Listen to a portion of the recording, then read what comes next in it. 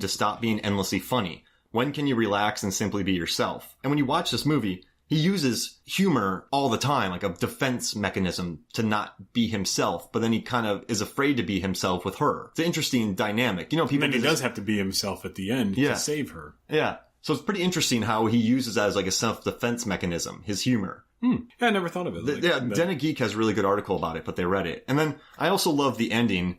So, you know, they built a 16-foot replica roof by the production designer built it for the hotel they're at. It was the Dunsmuir House of Gardens in Oakland. Which you can still go, you can go and visit, and they shot a bunch of things there. And, they built a 16-foot replica, and I love that bit. So in our cliffhanger pod, Adam brought it up because we were doing like which movie characters can hang from things the best. I don't know and he picked Mike Myers from this.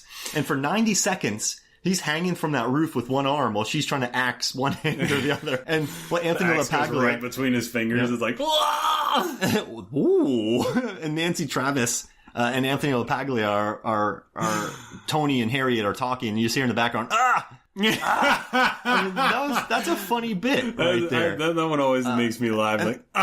And speaking of axes, did you, there was an article out, I think it was by Vice, or maybe, so it was a thread on Reddit, and then they figured it out, where in some of the movie posters, there was an axe behind her back. So if you look at the movie, right, we're looking at the Blu-ray cover, and, oh wait, that's a completely different one. Yeah, that one definitely is a lot. That one looks like the cover that you're showing me right now looks like The Man Who Cried Wife. So, oh yeah. So that's what it looks like. It's Mike Myers with a cheeky grin with a bowl cut and Nancy Travis in the background holding an axe. But if you remember the other ones, it's the two of them looking at each other. So, yeah, she has the axe behind her back. But that only happened in, did you read this article? So he had flowers behind her back, and in the 1999 DVD release, she had an axe behind her back. But all the promotional posters, they found all the posters for it and Blu-ray covers and everything. She doesn't have one, but one DVD release did.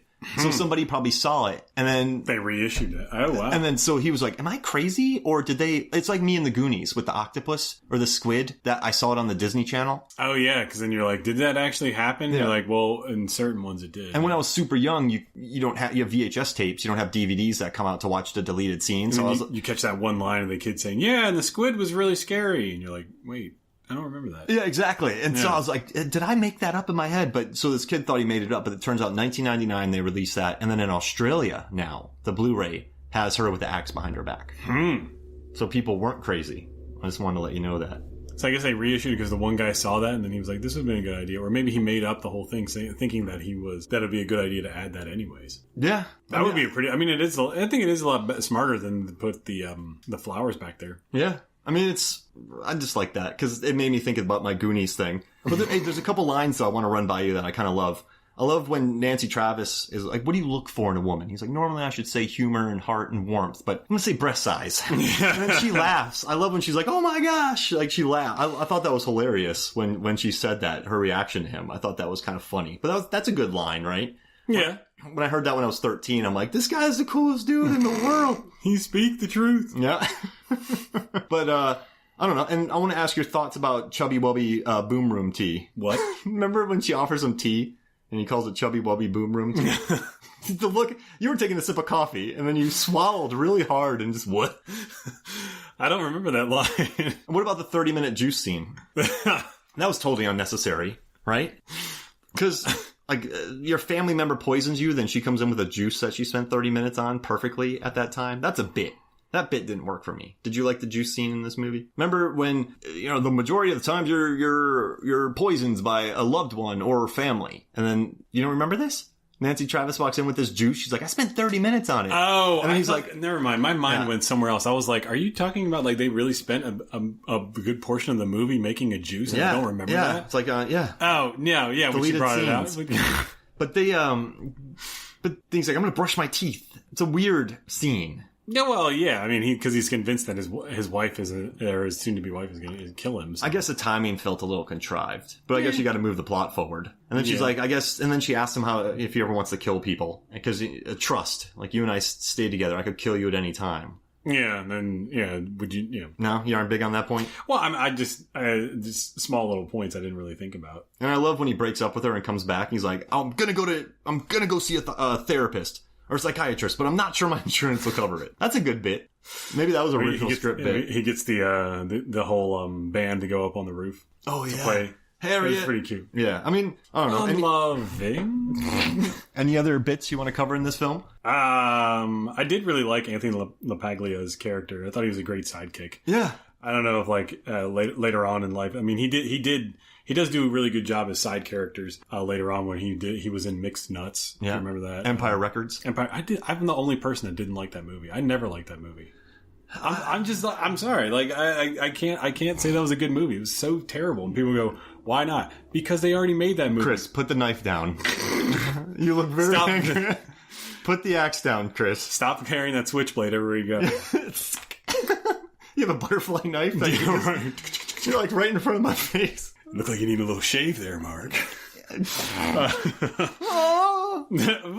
they made that movie the year before called Clerks. Yeah.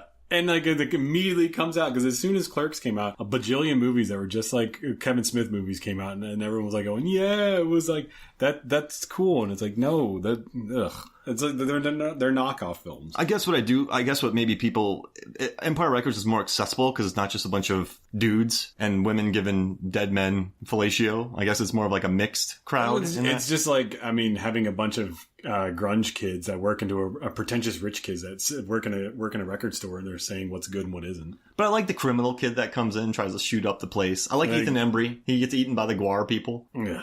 I mean, I guess that movie works for me. It just didn't do anything for me. I never liked that movie. Tell me your real thoughts, Chris. But I mean, he put the grenade down, Chris Kelly. Stop flattening my tires. I'll do it when you tell me you don't like Empire Records. Back to the screaming on top of a gas station again. Then he did Annabelle Creation, which remember he played the male character. He was great in that. He got his fingers ripped. You got fucked. Sorry. Yeah, that's fine. You can drop 2 F-bombs. It's fine. But that was a great movie too. I like how you recommended that too, because I was like, I didn't like Annabelle, and you're like, oh, watch Annabelle Creation, you'll like that one. And I was like, wow, that was a very enjoyable movie. I just had to put together a video for Rotten Tomatoes, like the data and all these questions and facts and everything for Annabelle versus Chucky, and I got to revisit a lot of those Annabelle moments from that movie. I mean, Annabelle cuts a woman in half, nails her hands to a wall, and like crucifies her with just her top half. That's pretty gangsta. Yeah, it's mean. Then what have we got with Chucky? All he did was terrorize another dude. Yeah, he just says one-liners. He really did. He did trap a guy in a garbage. Yeah, it was Child's Play 3. I mean, there's some good kills in there. And there's an industrial fan that wipes somebody out. Mm. No, they probably got that from Alien 3. Remember industrial fan wipes somebody out? Yeah, remember when the guy's like, "Hey, it's my dog. Wait, what are you doing down there?"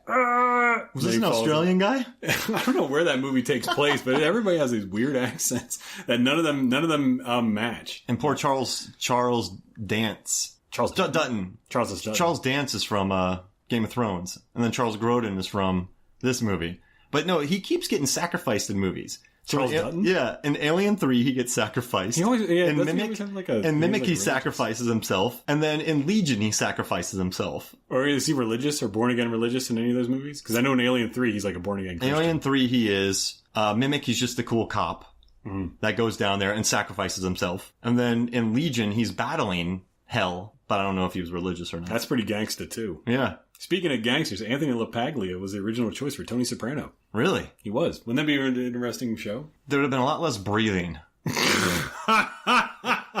know what I'm talking?